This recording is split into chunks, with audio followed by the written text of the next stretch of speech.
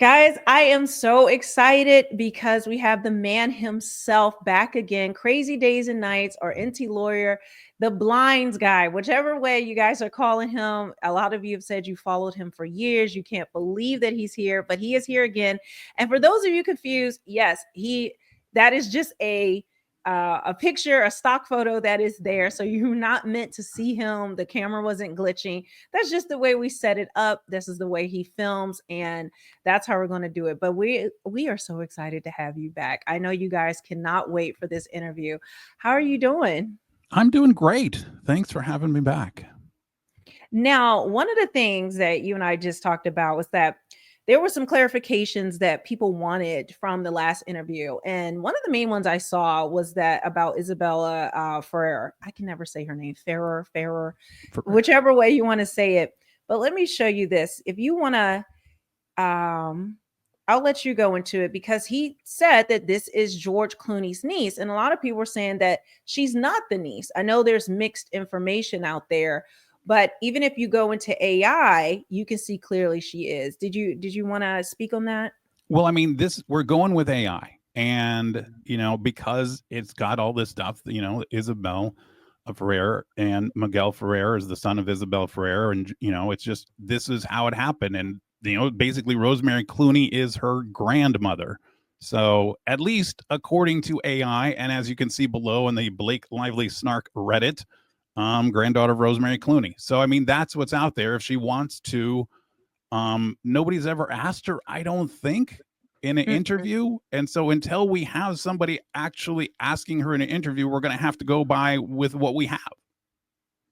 Right. And AI combs through multiple, I mean, thousands of articles and information that's out there. It crawls all of that in order to produce the most accurate answer. So this is what we have. So she is a nepo baby, but she's disappeared off the face of the earth right now. Like no one's seen her for quite some time. So I find that interesting, that she's completely gone right now.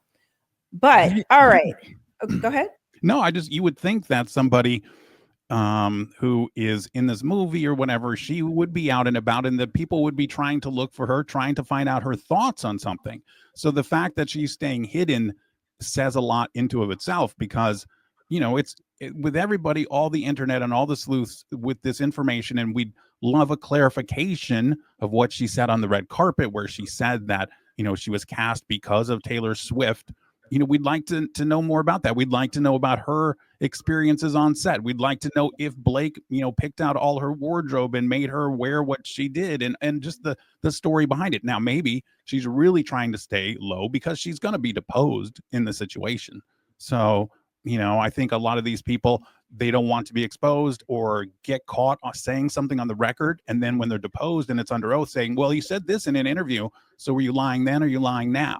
That kind of thing. Mhm. And so you have Jenny Slate out there right now. She's promoting a movie, and so she's kind of in a catch 22 because she's promoting this movie, and everybody wants to ask because she also filed a claim against Justin Baldoni. And so they want to ask her questions about that, and she's been saying, "I'm not going to talk about that. This is about this movie," and it's a very tough position for these actors and actresses who are trying to promote something else and having to be asked about it, knowing that they are going to be deposed later. Exactly, because the sleuths out here, we have been collecting all types of receipts and usually and like using it against them, but it's not in a way of malice, but it's just holding people accountable to the things that they've said and done before. Jenny Slate has openly talked about beating on her former boyfriend and literally laughing about it and thinking it was hilarious. And I think when it comes to this case, the what she had a complaint about was Jamie Heath, who is Justin Baldoni's business partner, was that she was in an apartment, but she didn't really like it. But she didn't want to move because she didn't want to lose the $15,000 that was her deposit if she were to move early. And so Jamie Heath offered to pay for that for her, the company Wayfair. He offered that. And he said, because he knows what, because she has a child, he really values motherhood and he knows how difficult it is for a single mother and all of that.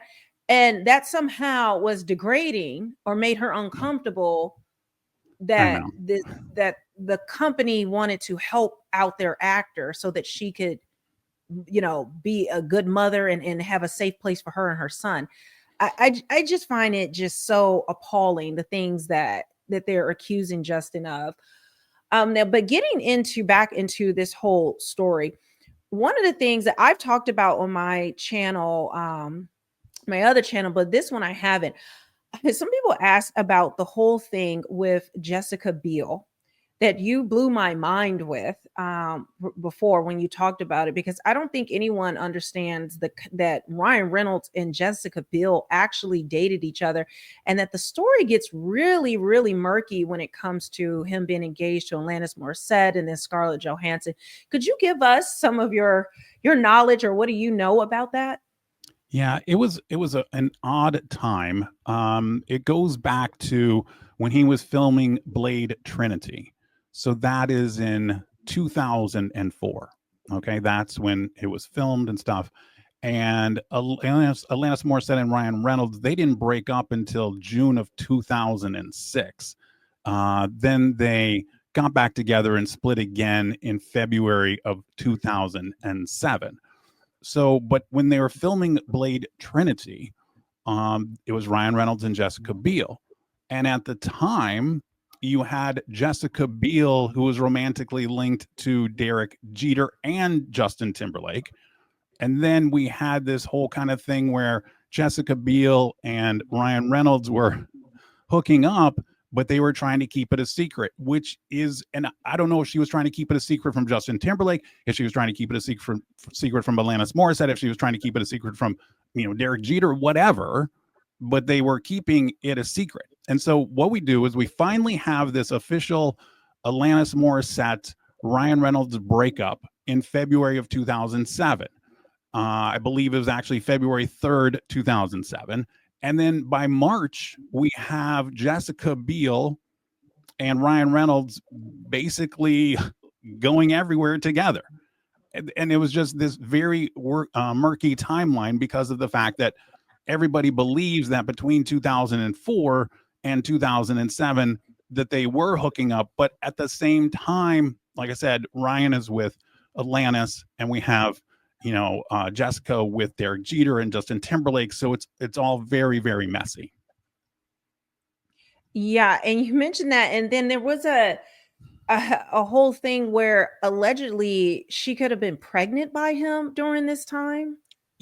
Okay, that actually, there was this rumor, but at the same time, it also, there's this conversation and there's a photo of them. I believe it's in a restaurant, and they both look very, very distressed. And so that was kind of the rumor. But the problem is that in November 2006, which predates February 2007, obviously, we had this sighting, and it goes in a different direction. And it was Josh Hartnett, and he was in Australia, and he got spotted with a woman, and they were being very, very lovey-dovey. And everybody's like, well, wait, Josh Hartnett, isn't he supposed to be with Scarlett Johansson? Because they were trying to, Brian was also seeing Scarlett Johansson in the latter stages of his Alanis Morissette relationship, while at the same time seeing Jessica Biel, who was also seeing Justin Timberlake and Derek Jeter. So then you have this thing, okay, is Jessica Biel pregnant? How messy is this situation with all of these timelines? That makes sense. Like, so it just seems like Hollywood, there's this like rotation of everyone just sleeping with each other. And I guess at the time you were able to kind of quash these stories through what you talked about previously, where, so that they can continue to have access to this person. They will give them something like the star will somehow get that story killed so that it doesn't grow bigger than what they want it to grow. Like it maybe just can stay with Us Weekly, or I think it's the old time at that time, Just Jared, or one of those publications. So is that something that was happening back then? Like a lot of these rumors would start from credible sources, but then they would get killed off by, I guess, PR people. Yeah. So you have to realize, so back in 2006 and stuff, we had MySpace and we had a little bit of Facebook, right? We didn't have Instagram. We didn't have Twitter. We didn't have any of that kind of stuff.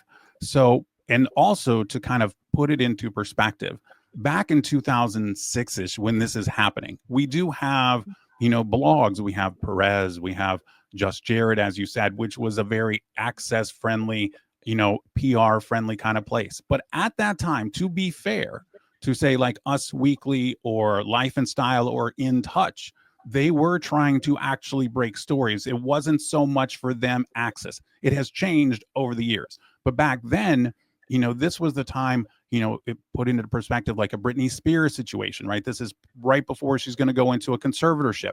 And we had the Lindsay Lohan stuff. So the paparazzi are getting paid a ton of money. People are still reading magazines. We haven't gone to online yet. So it was very difficult in a sense to keep things quiet because the magazines did want to sell issues. And you'll see those kind of things. And the photo taken of Ryan Reynolds and Jessica Biel is very, very grainy. It's obviously not a setup photograph.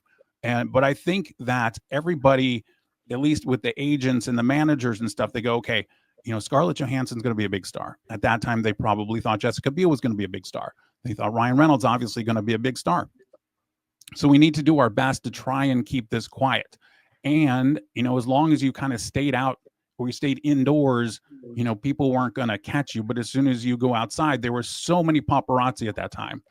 But they were also focused on other things because this was the height of Britney Spears, going into meltdown mode. This was the height of Lindsay Lohan's troubles. This was the height of Paris Hilton and Nicole Richie, and they sold more magazines. So you can have Scarlett Johansson kind of go under the radar. You can have Jessica Biel kind of go under the radar, and Ryan Reynolds, so to speak. It's only when you go back and you kind of put a timeline together and you realize, okay, well, this is what was happening and this was. And sometimes, they would actually put it in the magazine. Like a People magazine in May of 2007, they talked about Ryan Reynolds and Scarlett Johansson for the first time.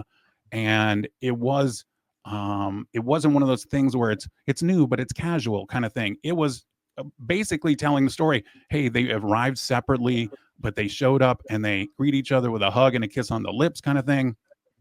And it was also the kind of time where we learned how controlling Ryan was, because Scarlett had left the table that they were at for like 5 or 6 minutes, and he went chasing after her, I guess, thinking that she was maybe going to leave. Oh, why would he think she's going to just get up from the table and leave unless I guess he was doing something to piss her off, or I don't know. Does he have a history of being controlling? That is one of the theories that people have about what happened with It Ends With Us, that Ryan saw, maybe Blake's infatuation. Because if you look at things, it seems like Ryan is never home. It seems like Blake was kind of relegated to just be the stay-at-home mom. And they've always said that they don't both work at the same time. But Ryan is always working, whether it's on a movie or business-wise. He's been making a lot of moves, Mint Mobile, Aviation Gen, and then Wrexham. There's a lot of different things that he has his hands in. I even saw he did something with OpenAI, which is very interesting because Scarlett Johansson had a lawsuit against OpenAI for using her voice from the movie, like, because she was in the movie Her, she was the AI voice, and OpenAI wanted to use her voice in order to, as one of the voices for the AI, because it was very familiar and her voice, it suited very well. And that movie was very popular.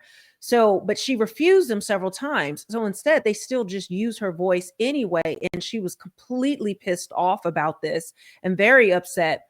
And then you saw the next year, I don't even think it was a full year, may have been a few months, where Ryan Reynolds was suddenly then doing for Mint Mobile, I believe, he was doing an ad and combining it with OpenAI, Sam Altman there.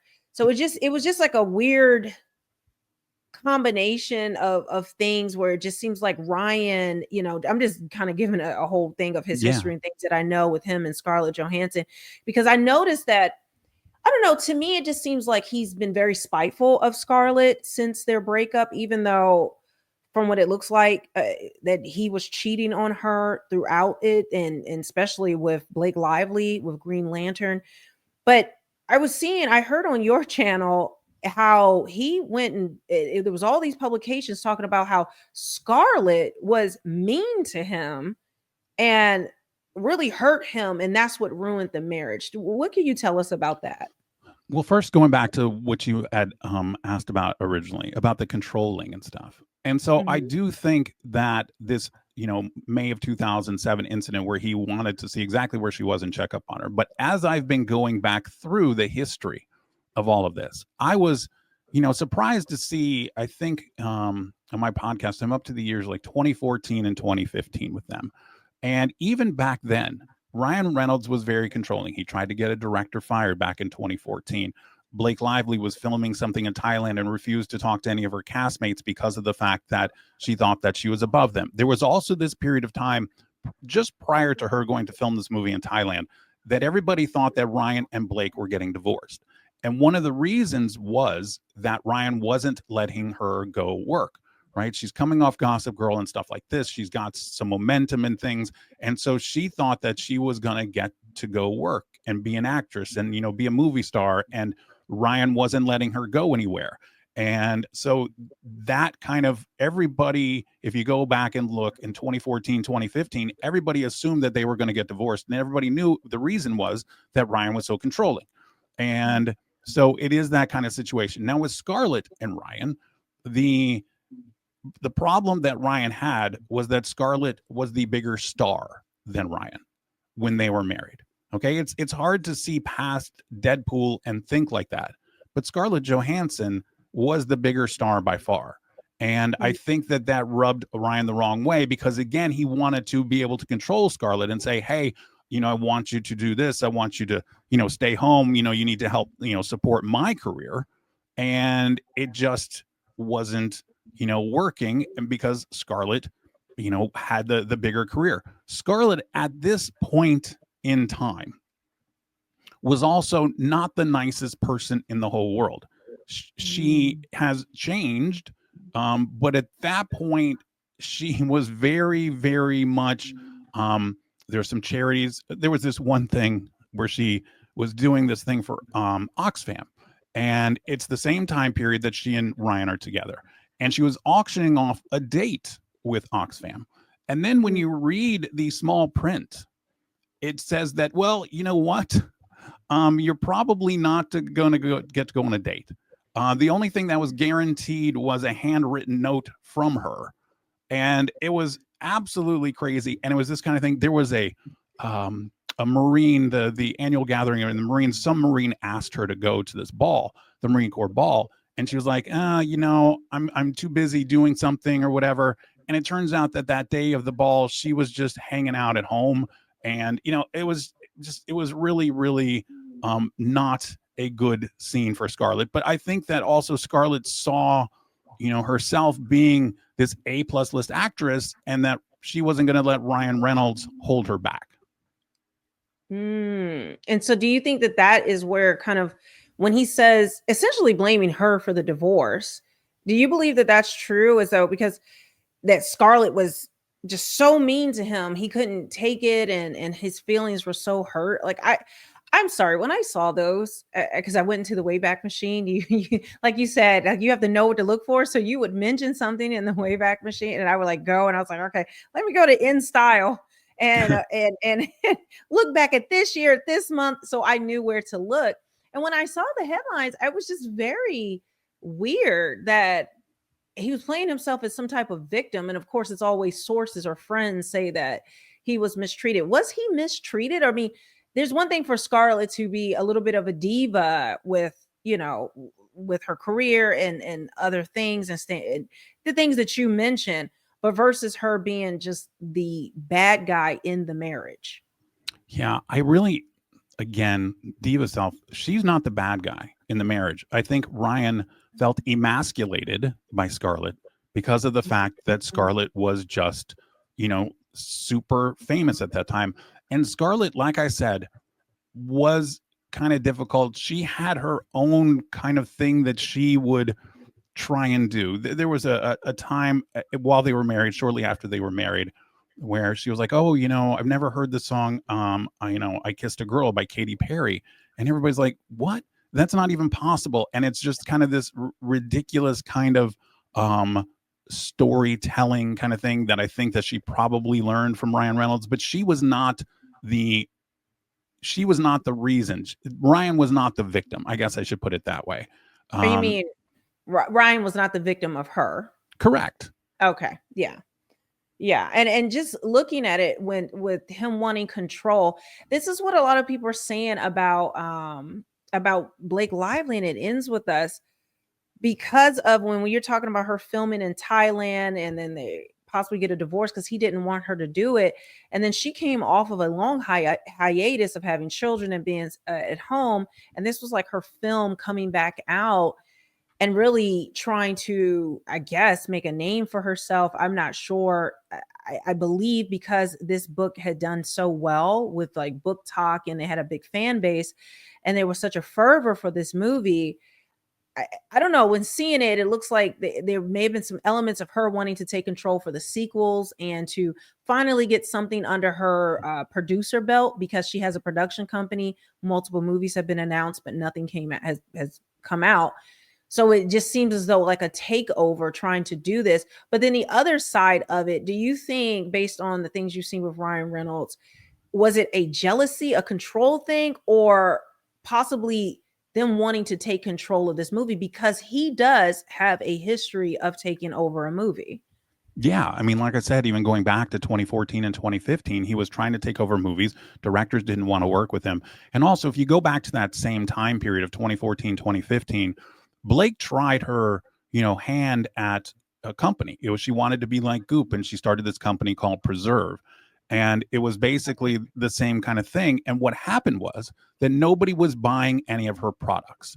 Nobody. It's Mhm. a very, and so she couldn't, so we have her Plan B Productions or whatever, which doesn't do well. Her Preserve doesn't do well. So if you take those circumstances, and now she says, okay, I have this popular book, right? It's Colleen Hoover. I want to be a part of this. Justin, I really, really want to be a part of this. And, let me be a part of it. And the reason was because look at now she's watching her husband, as you mentioned, with Mint Mhm. Mobile, with Wrexham, with his gin, all this kind of stuff. And he's just having hit after hit after hit with each product. And what does she have? She's got nothing. She's got big fat zeros when it comes to her lifestyle brand. And so now, and she, big fat zeros when it comes to her production company. So now she has the chance. And not only is she going to get this great property and think that she can take it over and, get the sequel and all that kind of stuff, but she's going to tie it in to these new line of products, the hair, the hair stuff and all this other things. And she thinks this is my chance to relaunch, right? This is my chance to rebrand. And because if you recall, all of these interviews that she would talk about the movie, and it's about domestic violence, it's about some really deep stuff. And she's like, "Oh, make it a girls' night, and by the way, buy my hair products, and if you use my code, you get 10% off." It didn't, mesh. But I think that she had this grand plan that I am going to be Ryan Reynolds, but I'm going to be Blake Lively. And I would argue that it is very similar to, say, a Meghan Markle situation where you have the Prince Harry, and I am going to, take that. And I thought I was going to get one thing because remember, Blake probably thought she was going to get one thing with Ryan, but it turns out that she Mhm. didn't. And she had a bunch of misses at the beginning of, Meghan and Harry. They thought they had the Netflix thing. They had the, the Spotify deal. Okay, that's a bunch of nothing. Here is my chance now. And here are my products because I want to be, this big, fabulous person. And one could also argue that Blake wants to break away from Ryan and said, the only way I can do that is if I have my own empire. Okay. That's what she wants to break free from his control and essentially been relegated to a stay-at-home mother, Yes. stay-at-home mom, which I don't believe was a trajectory she really wanted. But No. with Ryan, and this is one thing I was saying that like Ryan, they have said that like Ryan is not home often and he's always working, and they never wanted to have the two of them working at the same time, which is interesting because they were filming pretty much Deadpool and It Ends With Us around the same time. I don't know how it coincides, but I know It Ends With Us only filmed for 2 weeks, like a total of 2 weeks. This is when all her claims come from, these 2 weeks in 2023. Because then when she says she came back to film after she made all these demands and she essentially took over the movie, well, everything was fine after that point, which is when they were filmed longer, about a month, and not all of that was included her in that filming. but it's just interesting how that has played out. And so that's why I'm wondering, I just don't understand why Ryan Reynolds would go to the lengths that he did with bullying Justin Baldoni to the point of killing him in Deadpool. And I know that, I know about TJ Miller, who has spoken out about how horrible he is. There's also another, I think you mentioned this movie last time, but there was a co-star of his in another movie where she basically came out and said that she didn't say his name, but I mean, it was the only thing that made sense, that it was Ryan Reynolds who had coerced her into having sex with him in order to get her role on that movie. And things just kind of like, she just felt so violated, and he was supposed to be a friend of hers. She had known him for a long time, but he coerced her into that. Have you heard of any of those types of stories around Ryan Reynolds? Yeah, and one story that's come up since the last time we talked, Mm. and it was from an old episode of the Howard Stern show, and Alanis had been on and didn't really have nice things to say about Ryan, but did kind of hold her tongue, bite her tongue. But Artie Mm. Lang, who was on the show, was talking about the fact that he said, "Well, Alanis doesn't want to say all the dirt, but I'm going to say something." And this happened um, during the filming of the movie called Dirty Work. And this is prior to put in a timeline perspective for the listeners. This is right before Ryan landed the show Two Guys, a Girl, in a Pizza Place, which was a mess of a show with all the things that were going on behind the scenes. But that's kind of 6 months prior to that. They're filming this movie Dirty Work, and it has Artie Lang and has Norm Macdonald.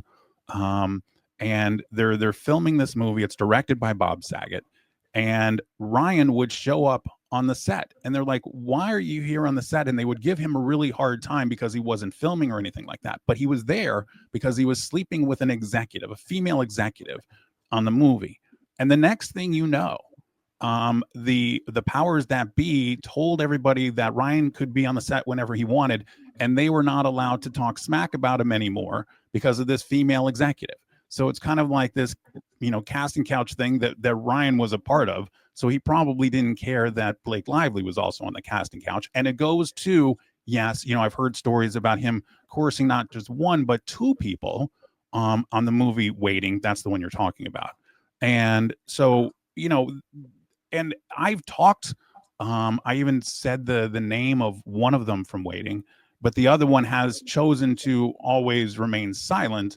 But they had worked together when they were kids and teens. They did a show in Canada for kind of like their version of Nickelodeon.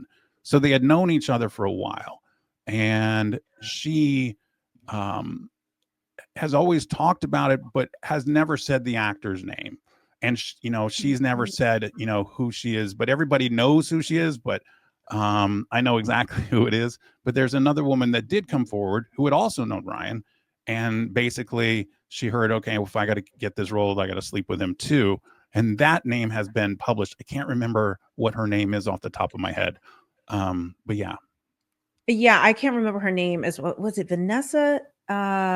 No, I can't remember it, but yeah, I had heard about that one, but I did not know there were two women during that time. But it makes sense, especially like I said in the previous interview I did with you. I talked about how you go through his history with like Melissa Joan Hart, who had a boyfriend at the time, and then she ended up hooking up with Ryan because he gave her a watch, or it's just craziness. And then he was hooking up with another cast member and then another person. And it's kind of like monkey branching from one woman to the next, like trying to climb some ladder.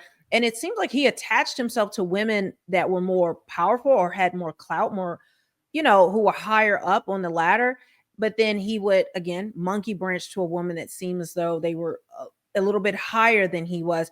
But once he reached a certain level of stardom, well, you don't need to be higher than me. I don't want a woman who's higher than me because I'm supposed to be, the head of all of this. That's just what I gathered from all of the history that I've seen with him.